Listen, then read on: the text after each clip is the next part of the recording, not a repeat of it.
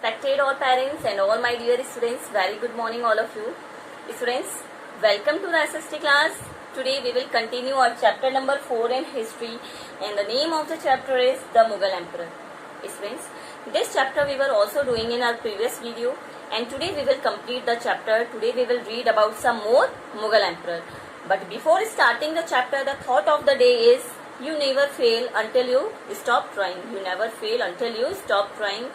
आप तब तक किसी भी काम में फेल नहीं होते हैं, तब तक असफल नहीं होते हैं जब तक कि आप कोशिश करना बंद ना कर दें, तब तक आप असफल नहीं हैं। कभी कभी क्या होता है, हम किसी भी काम को करते हैं तो हमें ये लगता है कि हमें जल्द से जल्द उस काम में सफलता मिल जाए और उस काम की जो सक्सेस है वो हमें अचानक और जल्द से जल्द मिल जाए। तो बेटा ये पॉसिबल नहीं होता। कुछ काम ऐसे भी होते हैं जिसमें सक्सेस मिलने में थोड़ा सा टाइम लगता है। तो हमें पेशेंस रख के, धीरज रख के हमें वेट करना चाहिए, कोशिश करते रहना चाहिए। कोशिश करते रहोगे तो बेटा मिस्टेक एक बार होगी, 2 बार होगी, 3 बार होगी, लेकिन आपको सक्सेस जरूर मिलेगी। हमें कोशिश करना नहीं छोड़ना चाहिए, कोशिश करते रहनी चाहिए। आप लोग को खुद को रिजल्ट आपके सामने आ जाएगा। जब आप कोशिश करते रहेंगे तो आपको सक्सेस जरूर मिलेगी। और बेटा मेरी यही उम्मीद है, मेरी यही आशा है कि आप लोग आगे बढ़ते रहें, कोशिश करते रहें, कभी हार ना माने, कभी रुके नहीं और आप लोगों को आपके जो भी ड्रीम है वो अचीव होते रहें, ड्रीम आपके सारे फुलफिल हों। तो यही प्रे है, यही मेरी होप है। So now let's come to the topic students. देखिए, in our previous video we were reading about Mughal emperor. हमने क्या पढ़ा था? I am giving you some short description about this chapter. मैं थोड़ा सा आपको डिस्क्रिप्शन जो भी हमने पहले पढ़ लिया तो वो थोड़ा सा और बताती हूँ। हमने मुगल एम्परर के बारे में पढ़ा था। हमने क्या पढ़ा था कि मुगल जो सम्राट है उनकी भारत में एंट्री कब हुई थी? भारत में उनकी एंट्री हुई थी 1526 में और 1526 से 1707 तक मुगल सम्राट का भारत में शासन रहा। तो मुगल जो एम्परर थे, मुगल जो एम्पायर था, ये पूरा जो साम्राज्य है वो कब से कब तक बना रहा भारत में? 1526 से 1707 तक। तो देखिए, सबसे पहले भारत में शासन करने वाले मुगल सम्राट पहले कौन थे? बाबर। सबसे पहले मुगल सम्राट जिन्होंने शासन किया था वो कौन थे? बाबर। और बाबर ने कब से कब तक शासन किया था? बाबर ने शासन किया था 1526 से 1530 तक। बाबर के बाद आए थे हुमायूं। हुमायूं ने 1530 से 1540 तक शासन किया, 10 साल शासन किया। और हुमायूं के बाद कौन आए थे? शेर शाह सूरी, जिन्होंने 1540 से 1545 यानी केवल इन 5 साल तक ही शासन किया था। तो बेटा हमने क्या देखा था कि बाबर सबसे पहले शासन करने वाले पहले मुगल सम्राट थे, इसीलिए इन्हें मुगल एम्पायर का फाउंडर भी कहा जाता है। मुगल साम्राज्य की नींव इन्होंने रखी थी। पहले मुगल सम्राट थे शासन करने वाले, इसलिए मुगल एम्पायर के फाउंडर कहे जाते हैं बाबर। तो हमने पहले के वीडियो में बाबर के बारे में, हुमायूं के बारे में और शेर शाह सूरी के बारे में क्लियर कर लिया था। इनके बारे में हमने पढ़ लिया था, इन्होंने किस तरह से शासन किया था और इन्हें किन किन कठिनाइयों का सामना करना हुआ था, इनकी डेथ कब हुई थी, ये सारी चीजें हमने डिस्कस कर लिया था। तो अब हम पढ़ेंगे आज के वीडियो में अकबर, जहांगीर, शाहजहां और औरंगजेब के बारे में। अकबर के बारे में देखते हैं हम। अकबर ने 1556 से 1605 तक शासन किया था। अकबर दूसरे नंबर के ऐसे मुगल सम्राट थे जिन्होंने लंबे समय तक शासन किया। पहले नंबर के कौन थे? औरंगजेब। औरंगजेब ऐसे फर्स्ट मुगल रूलर थे जिन्होंने सबसे ज्यादा लंबे समय तक शासन किया, 1658 से 1707 तक। और औरंगजेब के बाद कौन आए? कौन थे? अकबर दूसरे नंबर के ऐसे मुगल सम्राट थे जिन्होंने लंबे समय तक शासन किया। तो अकबर के शासन का समय कितना, टाइम पीरियड कितना था? 1556 से 1605 तक इन्होंने शासन किया था। एक और अकबर के बारे में मैं आपको एक चीज बताती हूँ कि अकबर ऐसे पहले मुगल सम्राट थे जो कि इलिटरेट थे, जो पढ़े लिखे नहीं थे, उन्हें पढ़ना नहीं आता था, लिखना नहीं आता था, लेकिन फिर भी उन्हें बहुत ज्यादा नॉलेज थी। और आप लोग को एक और पॉइंट बताऊं कि उन्हें बुक्स वगैरह कलेक्ट करने का भी बहुत ज्यादा शौक था। तो उनकी नॉलेज, उनका इंटरेस्ट था रिलीजन में, पोइट्री में, स्कल्पचर में। इलिटरेट होने के बाद भी हम कह सकते हैं कि अकबर को काफी हद तक काफी चीजों में काफी अच्छी नॉलेज थी। अकबर के बाद बात करते हैं हम जहांगीर की। जहांगीर किसके बेटे थे? अकबर के। अकबर के बाद शासन किया कौन से मुगल सम्राट ने? जहांगीर ने। और जहांगीर ने कब से कब तक शासन किया था? 1605 से 1627 तक जहांगीर ने शासन किया। और जहांगीर के बाद आए थे शाहजहां। शाहजहां भी जहांगीर के संतान थे। शाहजहां ने कब से कब तक शासन किया था? 1628 से 1657 तक। शाहजहां के बाद आए औरंगजेब, और औरंगजेब ने 1658 से 1707 तक शासन किया था। अकबर की संतान थे जहांगीर, जहांगीर के संतान थे शाहजहां। तो स्टूडेंट्स, इन्होंने किस तरह से शासन किया था, कब से कब तक शासन किया था, इनके बारे में कुछ जानकारियां मैं आपको पिक्चर्स के माध्यम से दूंगी। तो स्टूडेंट्स, ध्यान से देखना इस वीडियो को। जो भी मैं पिक्चर्स अभी आप लोगों के सामने प्रेजेंट करूंगी, एक एक पिक्चर को ध्यान से देखना और हर एक पॉइंट को note.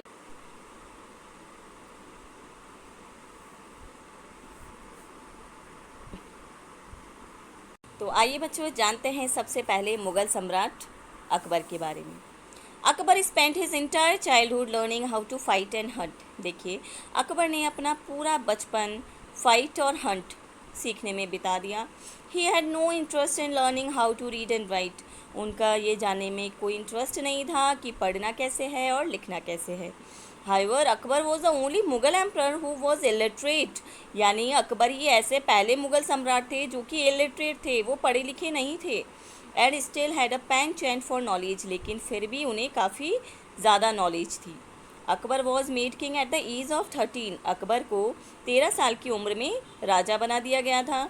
After the death of his father, यानी अकबर के जो फादर की डेथ है वो जब अकबर 13 साल के थे तभी हो गई थी, और तभी अकबर को राजगद्दी पर बैठा दिया गया था। Akbar was with Bairam Khan at the time of his father's passing and Bairam was made regent as Akbar was too young. On many occasions Bairam lead campaigns on Akbar's behalf to expand the kingdom. देखिए, ऑब्वियस सी बात है कि 13 साल में मुगल सम्राट बनना, राजा बनना काफ़ी बड़ी बात थी, और उस समय अकबर की जो एज है वो भी काफ़ी छोटी थी। तो काफ़ी जो बड़े बड़े निर्णय हैं, अपने शासन से संबंधित जितने भी बड़े बड़े निर्णय हैं, वो अकबर के लिए पॉसिबल नहीं था अकेले लेना। इसीलिए उनके फादर के ही एक साथी, जिनका नाम था बैराम खान, तो बैराम खान उनकी कई अवसर पर उनकी हेल्प करते थे। Hemu, the Hindu minister of an Afghan prince Adil Shah, was waiting for a chance to defeat Akbar. देखिए, ऑब्वियस सी बात है कि अकबर अपने समय के बहुत बड़े मुग़ल सम्राट थे, बहुत बहादुर मुग़ल सम्राट थे, जिन्होंने अपना साम्राज्य काफ़ी ज़्यादा फैलाया था। काफ़ी सारे रीजन्स हैं जिनको उन्होंने जीत लिया था और अपने साम्राज्य में मिला दिया था। तो अदर किंग भी ऐसे हैं, दूसरे सम्राट भी हमेशा इस मौके की तलाश पर रहते थे कि वो कब अकबर पर आक्रमण कर सके, और उनमें से ही एक है Hemu. Hemu attack the kingdom of Delhi and emerge victorious, क्रोनिंग himself ruler of Delhi. Hemu ने दिल्ली के साम्राज्य पर अटैक कर लिया था और वो क्या बन गए थे? दिल्ली के रूलर बन गए थे। In retaliation Akbar launched a scathing attack in the second battle of Panipat. The two armies fought valiantly and it seemed as if the Mughals were fighting a losing battle until an arrow hit Hemu's eye and he fainted. Hemu's men thought that he was dead and put down their weapons, accepting defeat. Akbar became king again. देखिए, पानीपत का जब दूसरा विश्व युद्ध हुआ था तो वो किस किस के बीच में हुआ था? अकबर और हेमू सुल्तान के बीच में। तो इस युद्ध में क्या हुआ था बच्चों? दोनों की ही जो सेना थी वो काफ़ी बहादुरी से लड़ रही थी। उस समय ये बता पाना मुश्किल था कि किसकी जीत होगी, लेकिन तभी अकबर के एक एरो ने, एक तीर ने, जो अकबर का एक तीर है वो जाकर कहाँ लग गया? वो लग गया हेमू की आँख में। तो उस समय उनकी सेना ने सोचा कि शायद हमारे जो राजा हैं, क्योंकि तीर लगते ही हेमू जो हैं राजा, वो ज़मीन पर गिर गए थे, वो फेंट हो गए थे, तो उनकी सेना ने सोचा कि शायद अब ये मर गए और इसलिए हमारा हार मानना ही बेटर है। तो उनकी जो सेना है वो उन्होंने हार मान लिया था और उसके बाद राजा अकबर दोबारा से राजा बन गए। Although Akbar was a young king, he was shrewd and reorganised. यानी अकबर जो हैं वो, जैसा कि मैंने आपको बताया कि 13 साल की उम्र में ही राजा बन गए थे, तो इसीलिए वो काफ़ी यंग किंग थे, लेकिन फिर भी उन्होंने काफ़ी अच्छे से अपना जो शासन है, अपना जो साम्राज्य है, काफ़ी अच्छे से मैनेज किया हुआ था। He got rid of all his ministers whom he felt were over-ambitious and were looking to covet his position. He removed restrictions on religions and allowed his people to practice all the religion of their choice without having to fear for their life. देखिए, अकबर ने धर्म से संबंधित जितनी भी पाबंदियाँ थी सभी हटा दिया था, सबको हटा दिया था। और अकबर ने लोगों को चॉइस दी थी, लोगों को उन्होंने फ्री कर दिया था कि वो जिस धर्म को मानना चाहें उस धर्म को मान सकते हैं, उस धर्म के रिचुअल्स को अपना सकते हैं, उन पर कोई रिस्ट्रिक्शन नहीं है। Akbar was fair to his people and abolished unfair taxes on non Muslims. Akbar ने केवल मुस्लिम लोगों के लिए ही काम नहीं किया था, बल्कि उन्होंने नॉन मुस्लिम जो हैं उनके लिए भी काफ़ी काम किया। उन्होंने नॉन मुस्लिम्स पर जो अनफेयर टैक्सेस थे उन्हें हटा दिया। He also played an important role in bringing in social reforms, यानी सोशल रिफॉर्मिंग में भी उनका बहुत इंपॉर्टेंट रोल है, जैसे कि as the abolishment of child marriage, permission for widows to remarry and the removal of bans to build Hindu temples. यानी उन्होंने कौन कौन से सोशल रिफॉर्मिंग के काम किए थे? उन्होंने चाइल्ड मैरिज पर पाबंदी लगा दी थी, विडोज़ को परमिशन दे दी थी कि वो री मैरिज कर सकती हैं, और हिंदू जो टेम्पल्स हैं उनके जो उनका जो डिस्ट्रिक्शन है उस पर रिमूवल कर दिया था। देखो बच्चों, क्या होता था कि राजा अकबर से पहले, सम्राट अकबर से पहले के जितने भी सम्राट थे, जितने भी राजा उनसे पहले आए थे, तो वो क्या थे, जो भी मुग़ल सम्राट थे वो क्या करते थे, हिंदू टेम्पल्स को नष्ट कर देते थे। लेकिन राजा अकबर ने इस पर पाबंदी लगा दी और उन्होंने क्या कहा कि कोई भी जो हिंदू टेम्पल है उसे नष्ट नहीं किया जाएगा। In spite of being illiterate, Akbar was surrounded by scholars such as Birbal, Abul Fazl and Tansen, who were all parts of the 9 James और नवरत्न। देखिए, जैसा कि मैंने आपको बताया कि अकबर क्या थे, इलिटरेट थे, लेकिन इलिटरेट होने के बाद भी, पढ़े लिखे नहीं होने के बाद भी, अकबर वो सराउंडेड बाई स्कॉलर्स। अकबर के दरबार में बहुत सारे विद्वान थे, जैसे कि बीरबल, अबुल फजी, तानसेन, जिन्हें कि आप जानते हो कि नवरत्न भी कहा जाता है। अकबर के दरबार में 9 रत्न थे, 9 जेम्स थे, नवरत्न थे। Akbar also took in interest in religion, music, painters, poets and philosophy. और इलिटरेट होने के बाद भी अकबर का बहुत इंटरेस्ट था किस किस में, रिलीजन में, म्यूज़िक में, पेंटिंग में, पोइट्री में और फिलोसफी में। He had a huge collection of books and manuscripts and was also owner of a number of artworks from across the region। यानी इलिटरेट होने के बाद भी उनके पास काफ़ी बड़ा कलेक्शन था बुक्स का, मैन्यूस्क्रिप्ट्स का। His biggest accomplishment, however, lied in architecture. He built great structures like the Jama Masjid. There stands tall even today. He even built a palace for his wife close to the Hawa Mahal। देखिए, architecture में भी उनका बहुत ज़्यादा interest था। उन्होंने कई fort बनवाए थे, कई मस्जिद बनवाई, कई फोर्ट्स बनवाए, और उन सभी मस्जिद का और फोर्ट का जो स्ट्रक्चर था वो अपने आप में काफ़ी अनोखा था। जैसे कि हम जामा मस्जिद का एग्जांपल ले लेते हैं, तो जामा मस्जिद का जो स्ट्रक्चर का जो काम है जो उन्होंने करवाया था वो काफ़ी फेमस था उस समय। उसकी जो लंबाई है वो सभी जानते हैं कि जामा मस्जिद का जो स्ट्रक्चर है, जो आर्किटेक्चर है, वो कितना अनोखा है। He even built a palace for his wife close to the Hawa Mahal. यानी उन्होंने अपनी वाइफ के लिए एक पैलेस भी बनाया जो कि हवा महल के क्लोज है। So all the students, I hope आपको जो अकबर का जो पॉइंट है, मैंने जो भी डिस्क्राइब किया अभी, जो भी बताया अकबर के बारे में, वो समझ में आया होगा। अकबर के बारे में जो भी मैंने आपको जो भी बताया है वो ब्रीफली दी है, ब्रीफली इसकी जानकारी दी है। तो बेटा, हम क्या समझते हैं इस पैराग्राफ से, जो भी हमने देखा उसे हम ये समझते हैं कि इलिटरेट होने के बाद भी, अनपढ़ होने के बाद भी, अकबर का पोइट्री में, फ़िलोसफी में, म्यूज़िक में, रिलीजन में इंटरेस्ट था ही था, लेकिन सोशल रिफॉर्मिंग में भी उन्होंने बहुत इंपॉर्टेंट रोल प्ले किया। उन्होंने चाइल्ड मैरिज को पर पाबंदी लगा दी, विडोज़ को परमिशन दिया कि वो री मैरिज कर सकते हैं।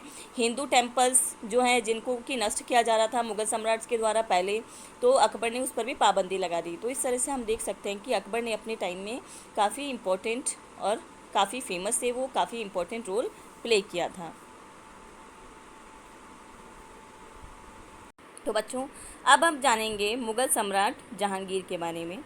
Nur-ud-Din Muhammad Salim, known by his imperial name Jahangir, was the fourth Mughal emperor who ruled from 1605 until his death in 1627।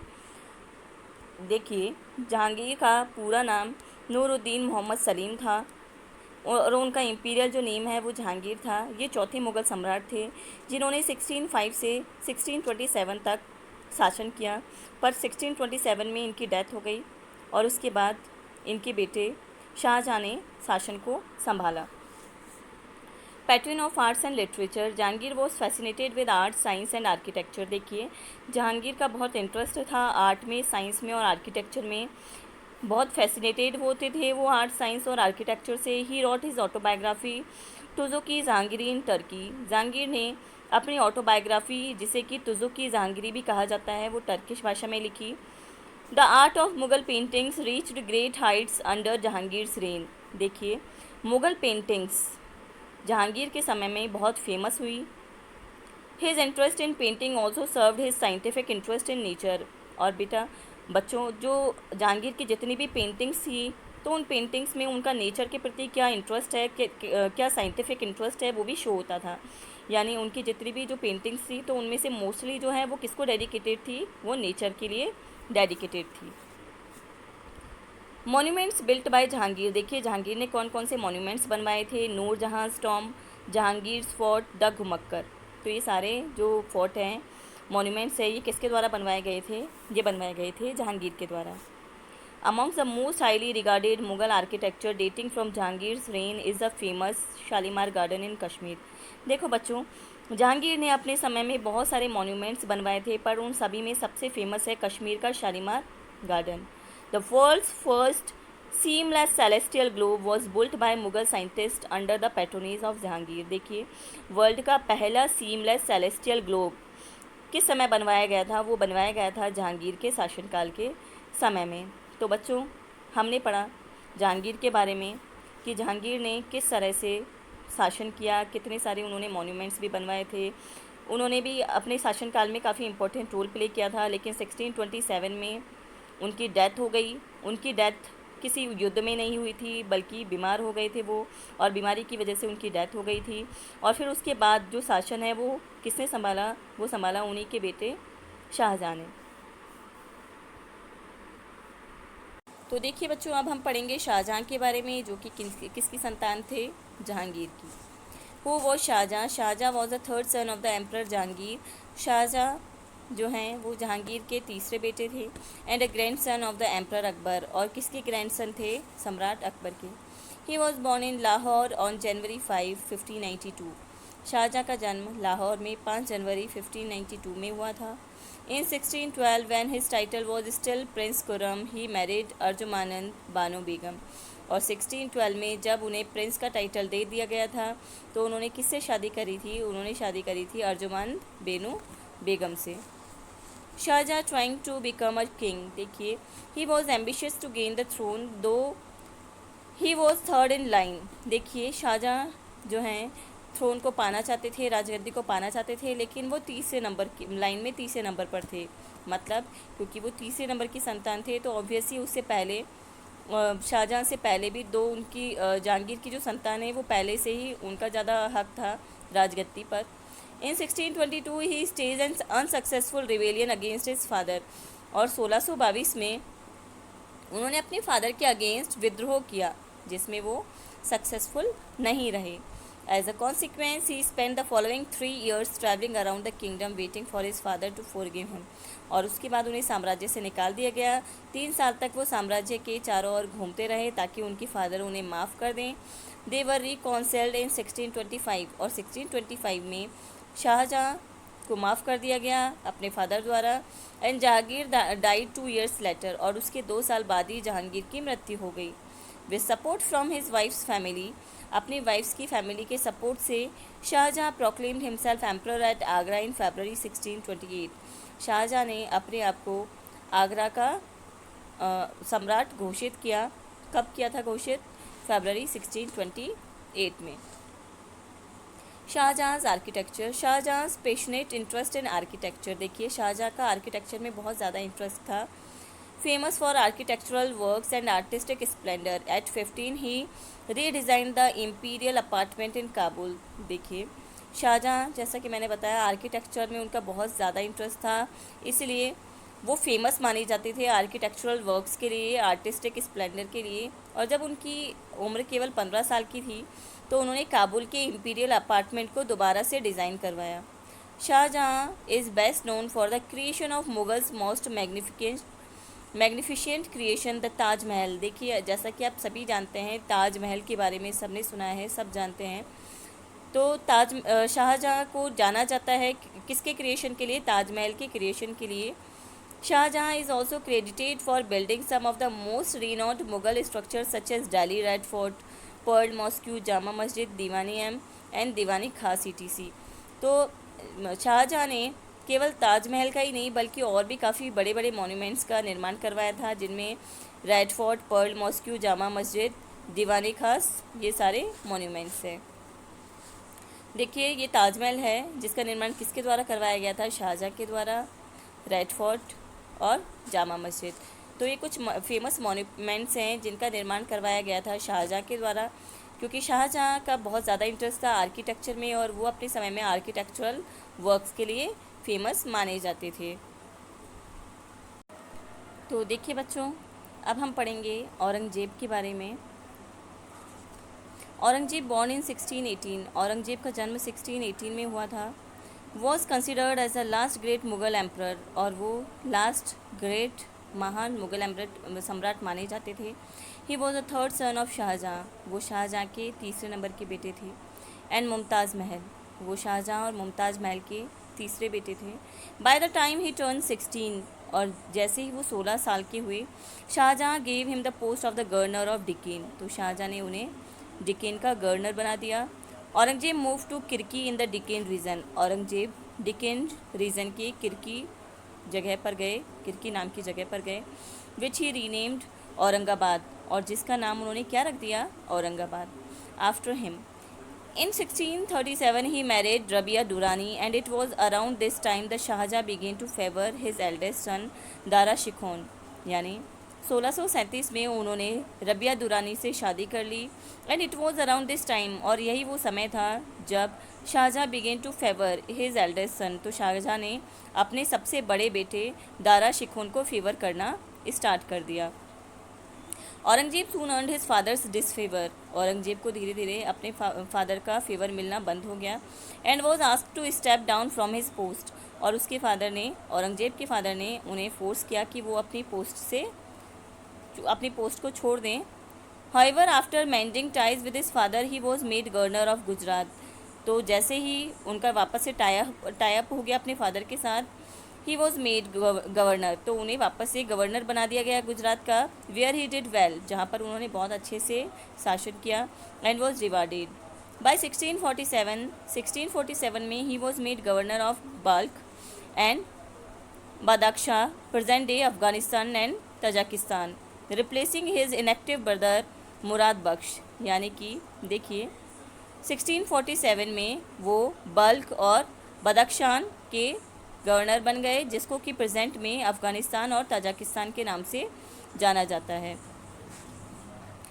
These areas were constantly attacked by rebels, अब आप लोग जैसे कि जानते हैं कि जब भी कोई सम्राट बहुत सक्सेसफुली काम करता है तो जितना ज़्यादा वो सक्सेसफुल होता जाएगा उसके रिबेलियन भी उतने ज़्यादा बढ़ते जाएंगे, तो उसके विद्रोही बढ़ रहे थे। And Aurangzeb manage to quell them with his military skills, लेकिन औरंगजेब उनको एक एक करके हरा रहा था, सक्सेस पा रहा था अपनी मिलिट्री स्किल से। When he was appointed as the governor of Multan and Sindh, जैसे ही औरंगजेब गवर्नर ऑफ मुल्तान और सिंध अपॉइंट हो गए, he engage in a long battle in an effort to capture Kandahar from the Safavid army. Unfortunately Aurangzeb fail to do so and once again earned his father's anger. तो देखिए औरंगजेब जब governor बन गए थे मुल्तान और सिंध के, तो औरंगजेब ने एक बहुत बड़ा युद्ध लड़ा था। क्यों लड़ा था? क्योंकि वो कैप्चर करना चाहते थे कांदाहार फ्रॉम द सफ़ाविड आर्मी, यानी कि वो कांदाहार को कैप्चर करना चाहते थे, लेकिन दुर्भाग्य से औरंगजेब इसमें अनसक्सेस हो गए, फेल हो गए, और एक बार फिर उन्हें अपने फादर का एंगर, अपने फादर का गुस्सा देखना पड़ा।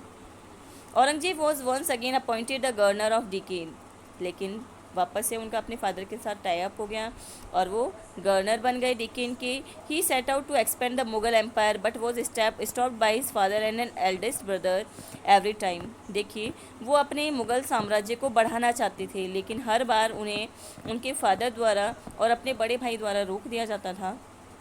सून आफ्टर शाहजहाँ फेल इल, लेकिन जल्दी ही शाहजहाँ की तबीयत खराब हुई, वो बीमार हुए। All his sons began to fight over the throne, और शाहजहाँ के सारे बेटे राजगद्दी के लिए फाइट करने लगे। Aurangzeb defeated his Elder brother Daraz armies, Aurangzeb ने अपने बड़े भाई की आर्मी को डिफीट कर दिया, हरा दिया। And took his father as prisoner, यानी अपने फादर को बंदी बना लिया। Dara was condemned to death by his own brother, यानी दारा को मृत्यु की सज़ा दे दी गई अपने भाई के द्वारा he defeated his other brothers too, Aurangzeb ने अपने दूसरे भाइयों को भी हरा दिया। And soon after took over the throne at Agra, और जल्द ही उन्होंने आगरा की जो गद्दी है उस पर अपना कंट्रोल कर लिया। Aurangzeb went on to rule which last 49 years, और उसके बाद औरंगजेब ने 49 ईयर्स तक शासन किया। तो स्टूडेंट्स, आई होप आपको आज मैंने जो भी इंट्रोडक्शन दिया अकबर के बारे में, जहांगीर के बारे में, शाहजहाँ के बारे में और औरंगजेब के बारे में आपको अच्छे से समझ में आया होगा। तो students, if you have any doubt you can ask me any time.